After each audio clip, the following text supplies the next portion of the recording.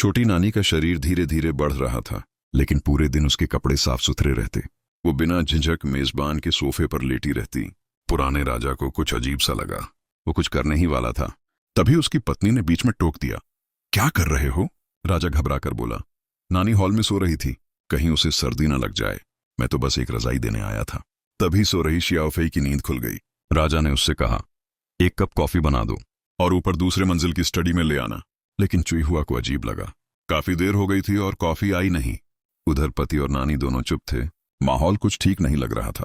कुछ ही देर बाद शियाओफेई नीचे भागती आई। उसके बाल जो पहले ठीक थे, अब बिखरे बिखरे से लग रहे थे। ये देखकर चुईहुआ का शक और गहरा हो गया।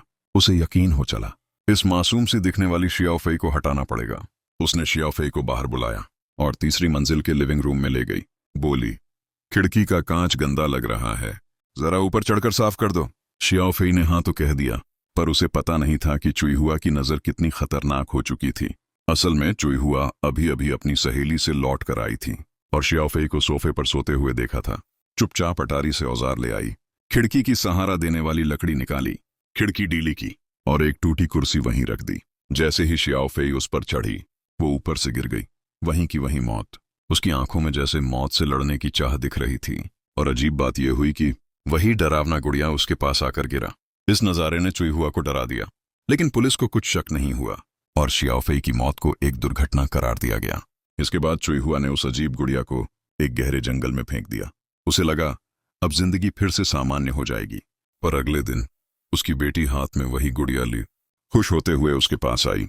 वो गुड़िया जो जंगल में फेंकी थी, अब उनके घर के पिछवाड़े में कैसे आई? अब की बार चुईहुआ ने गुड़िया को पत्थर में लपेटा, एक तालाब के पास गई, पत्थर से बांधा और पानी में फेंक दिया।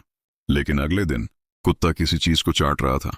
वही गुड़िया फिर बाहर मिल गई। इस बार चुईहुआ का दिल ही बैठ गया। रात को उसने सपना देखा, शियाओफेई उसे बंद करने आ रही थी।